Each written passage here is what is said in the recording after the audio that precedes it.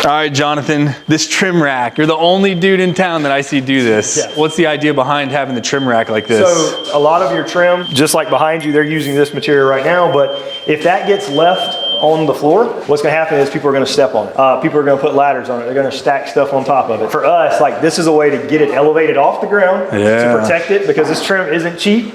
And whatever gets damaged and gets put up, we have to have the painter fix that, right? So we want as little imperfections in the trim as we can. So that's why we actually built these. We had these welded, built them.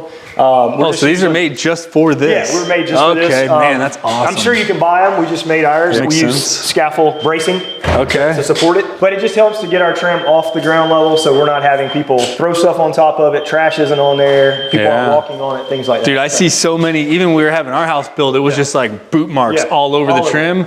And like you said, red clay here, it is brutal. That also helps. I thought you stayed with this.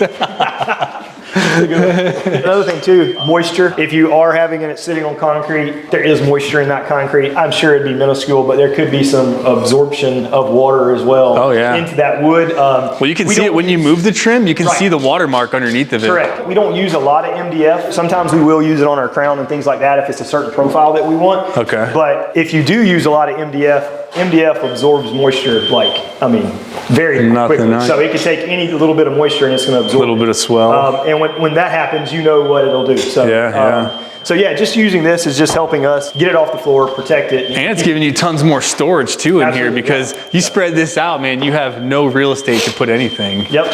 That's a good one, man. I've been dying to freaking get this.